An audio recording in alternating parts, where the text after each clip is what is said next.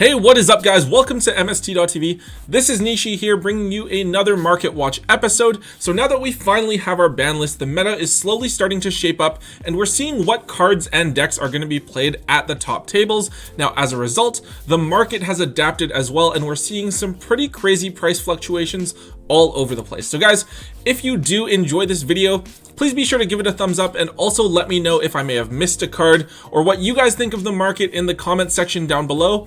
And yeah, let's jump right into it. Alright, so first up, let's take a look at one of the big winners from the ban list, and that is Heroes. So this deck wasn't hit at all, while all the other decks of the format were all like basically completely taken out.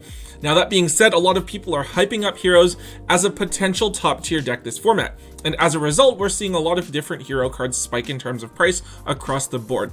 So I hope that you guys listened to my last investment video where I told you all to pick up Vision Heroes, Ferris, and Increase while they were around $7 to $8 a piece, because you are now looking at $17 for Ferris and $13 for Increase.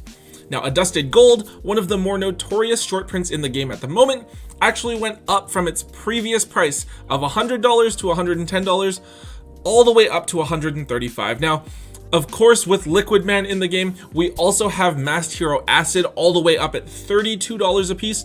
We actually saw Acid as high as $40 to $50 last week, I believe, but since then the price has kind of settled down already. Now, one thing I would be very cautious of is Heroes getting a ton of cards reprinted sometime soon. Maybe not a Dusted Gold, I think a Dusted Gold is too recent, but definitely Acid, Ferret, and Increase. I could definitely see them getting reprinted in something like Dual Overload, or maybe even in like a Legendary Dex type of product as well, just because of how many different hero cards need that reprint.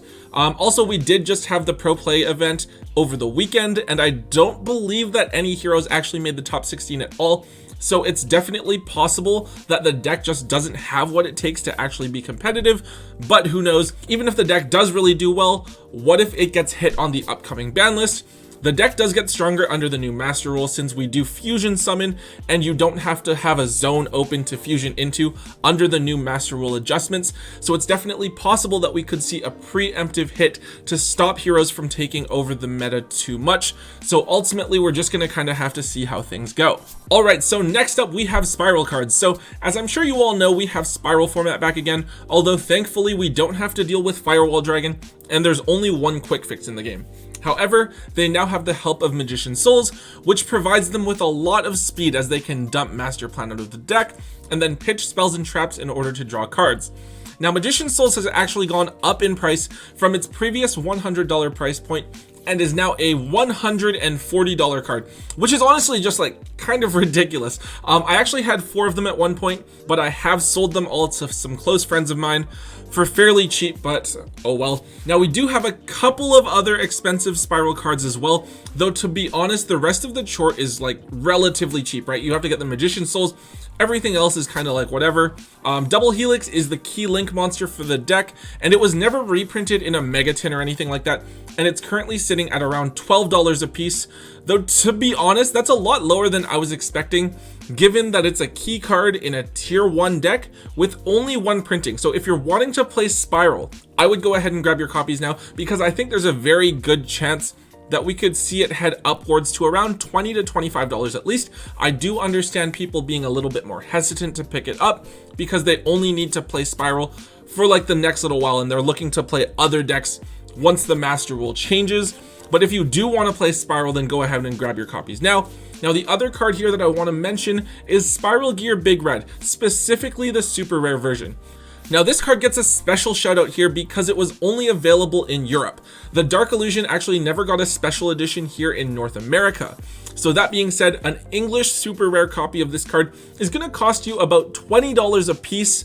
Now you can, however, get German super rare copies for only $8 a piece or so, not too bad, or alternatively, you can just play the rares, which should still be only like under $1. The next deck we're talking about here is one that absolutely shocks me, and that is Salamangreat. So somehow, with Circle and Gazelle Limited and Mirage Stalio banned, the deck has still found a way to become a part of the meta. Now, none of the cards here are Salamangreat cards, but they're all played in the deck. Lady Debug did just go to 3 on the ban list as well, and it is currently like a $6 card. as it's like a Stratos for Cybers cards that are level 4 or lower, which is crazy.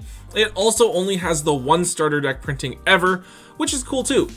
I don't know, maybe the card will be played in something like Adignister or some other Cybers archetype, but for now I don't think there's any other Cybers decks on the horizon, so for now this card is just for Salamangreats. Next up, we have a couple of Link 3 monsters that people are talking about as alternatives to Mirage Stalio. So Lion Emperor is pretty interesting in that it's also a rank 3 Xyz that generates you a little bit more advantage, right? But instead of like Mirage Stalio pulling a Salamangreat out of the deck, Lion Emperor adds a fire monster from your graveyard to your hand, which is okay, but it's not like the same value, right? Salamangreat already has a lot of recursion from the graveyard, and that's not really what the deck was looking for, although it can provide you with an Ash Blossom as well, so it might be worth looking into. But the card is currently really expensive, like $17 at the moment, because it only has one printing, so it's definitely a card that you guys should be grabbing out of your bulk. Now the last card here is Dante, Traveler of the Burning Abyss, which people are talking about as another alternative to Mirage Stalio. So many Salamangreat cards can bring themselves out of the graveyard that you could potentially generate a lot of advantage just by milling the right cards. Now of course it's a little bit sacky, and there is also talk about Burning Abyss being a good deck coming up with the new Master Rule. So it's not like Dante hype is just for Salamangreat.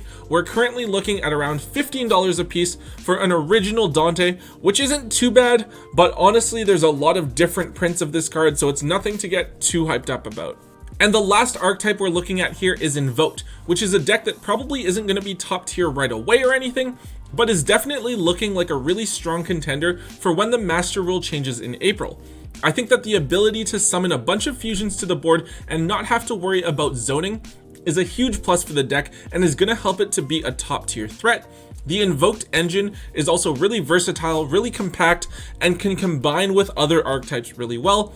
So we're not seeing any huge buyouts of Invoked cards or anything, but rather we're seeing prices steadily creep up across the board over time. Now Invocation is to me the most surprising one, as it actually does have 3 different prints: the original secret, the OTS pack ultimate rare, and the super from Shadows in Valhalla.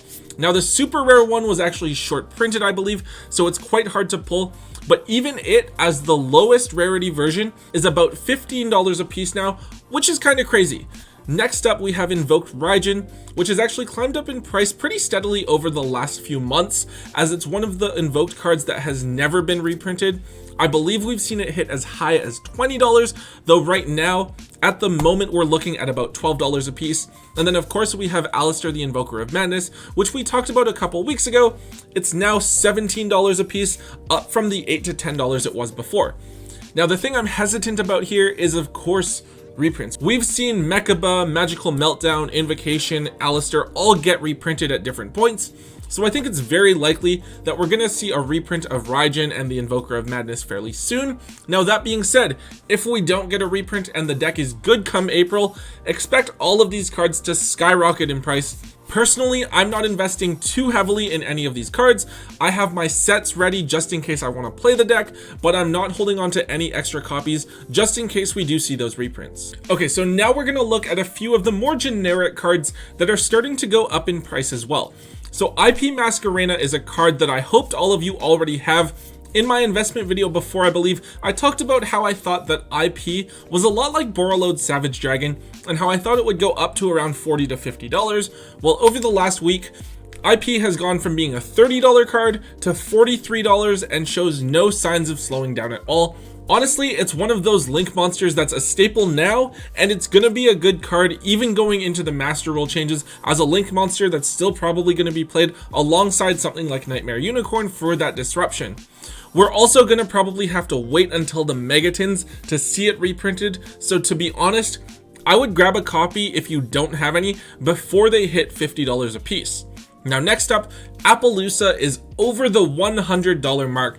As another one of those amazing staple Link monsters, Appaloosa is crazy because it can single-handedly provide up to 4 negates in a single turn, which is just insane. That $100 price tag though is a little bit difficult to justify, but really, I just feel like the card is so necessary in any sort of combo deck that you want to play. You just build such powerful boards with it, it's crazy. Now we also have Evenly Matched here hitting the $20 mark for all copies, with the original secret rare being a little bit higher than the others. Evenly Matched honestly is just like such a devastating card. Like, I don't even mind the fact that I have to give up my battle phase at all if it means that I get to tear apart your board completely and force you to play in a super simple game state where I get to keep all of my resources. In fact, against a deck like Spirals, which has very minimal recovery, a single Evenly Matched basically seals the game in your favor. And then finally, guys, we have Droll Lockbird. Now, with the resurgence of Spirals, Droll Lockbird has actually found its way back into the side deck and sometimes even the main deck, as it single-handedly ends the turn of a Spiral player. We do have several rarities of Droll Lockbird available. We have Ultras, Super Commons, and Rares, all of which have gone up by a little bit in terms of price. However, the biggest bump is the price of the Ultimate Rares, which has gone from $45 to $50 all the way up to $75 in just a couple of weeks. So Droll Lockbird is one of those cards that historically has a tendency to get really expensive, and as an ultimate rare hand trap, it's not really a surprise to see the max rarity version going up. Honestly, it wouldn't surprise me to see this card hit over $100 a piece. If you don't have this card already, I would definitely recommend grabbing your playset of super or ultra rare copies now before they shoot up in price anymore. Next up, we just talked about Evenly Matched, but we do have a couple of other cards that are designed to help tear apart your opponent's board. So Nibiru has been like the most devastating card to see resolve for the past few months, because playing it at just the right time basically ends your opponent's entire turn. It's really strong right now as well, because with Spirals, they're very vulnerable to it. And because of this, we're seeing Nibiru slowly creep up in price from $10 to $12 and probably going to creep up a little bit higher, maybe capping at around $15. The other card here that's kind of been overshadowed by Nibiru is Dark Ruler No More, a card that I'm personally a really big fan of. Like, the reason I like this card so much is that with Nibiru, right, I have to have it in my opening hand. If I draw Nibiru as the 6th card, I'm kind of choked because that's a dead card now. But with Dark Ruler No More, it doesn't matter if it's my 5th or my 6th card. If I get to see it against the deck I sided it for, then I'm happy either way. Dark Ruler No More, while it is only like a $2 to $3 card before, it's now up to around $5, and I could definitely see it starting to inch its way up, maybe not to around $10, but definitely to $7 or $8. Now, what we do have to remember is the fact that both of these cards, Nibiru and Dark Ruler No More, were tin promos, so theoretically, they can only go up so high in price because there are quite a few quantities on the market. It's not like you had to open a ton of product just to get access to a single Nibiru or anything like that.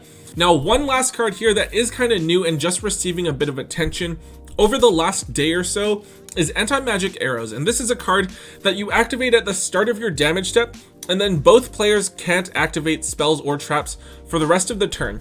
Now, it also can't be responded to, which is really, really cool, having that super poly type of effect. So this card is actually insanely powerful, and it only has one printing from like Duelist Pack Battle City, I believe. I'm not 100% sure about why this card spiked specifically, but I do see two potential reasons. So the first is that against back row decks, it functions very similarly to Evenly Matched, right? You enter your battle phase, you freeze all of your opponent's cards, and then you can set up your board and pick apart your opponent's board at your leisure. The other thing here is that theoretically you can use this to directly counter your opponent's Evenly Matched. So if they enter your battle phase without doing anything, you play this card and they can't hit you with Evenly. I don't actually know if this card is going to be good or not. I do think that at $20 a piece, it's kind of maybe a sort of budget alternative to something like Lightning Storm, though obviously I think it's not nearly as good. It'll definitely be interesting to see if people are playing it in top decks or how like players are going to incorporate it into their strategies. Now, one last card here that I want to draw attention to is Anti-Magic Arrows, and this is one that's only been really receiving a lot of attention for the last day or two. Now, at the beginning of your battle phase, you can activate this card. It's a quick play spell card. Neither player can activate spell or trap cards or effects for the rest of the turn, and also Anti-Magic Arrows cannot be responded to, so your opponent can't even use monster effects to negate this card. Really, really powerful card. It only has one printing from Duelist Pack Battle City, I believe. Now, I'm not 100% sure about why this card spiked in price necessarily, but I do see two potential reasons. So the first is that against back row decks, it functions very similarly to evenly matched. You enter your battle phase, you freeze all of your opponent's cards, and then you can set up your board and pick apart your opponent's cards at your leisure. Now the other thing is that theoretically, you can use this card to directly counter your opponent's evenly matched. So they enter their battle phase without doing anything.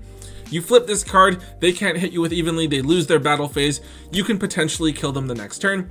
I don't actually know if this card is going to be good or not. I don't know if it's going to be played, but I do think that at $20 a piece, it's maybe sort of kind of like a budget alternative to something like Lightning Storm, though of course isn't nearly as good, right? It'll definitely be interesting to see what decks or players attempt to incorporate this card into their strategies, so I guess we'll find out in the next couple of weeks. Alright guys, that is it for today's video. I know it's been a little while since I've done a market watch because we've had like the sneak peek going on and then the ban list and the master rule changes, so many different things, and also I've been really busy with work and whatnot, but I am hopefully going to be getting back into doing market watches at least every week, maybe twice a week if we can squeeze it in. But yeah, if you guys did enjoy this video, please be sure to hit that thumbs up button for me. And also leave a comment down below. Let me know what's going on the market. Let me know things I may have missed, things I may have misexplained, so that we can cover them in a future video and you guys can be as informed as possible.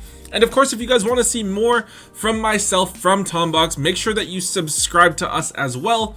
And yeah, so until next time guys, don't forget to hold on to your MST.TV.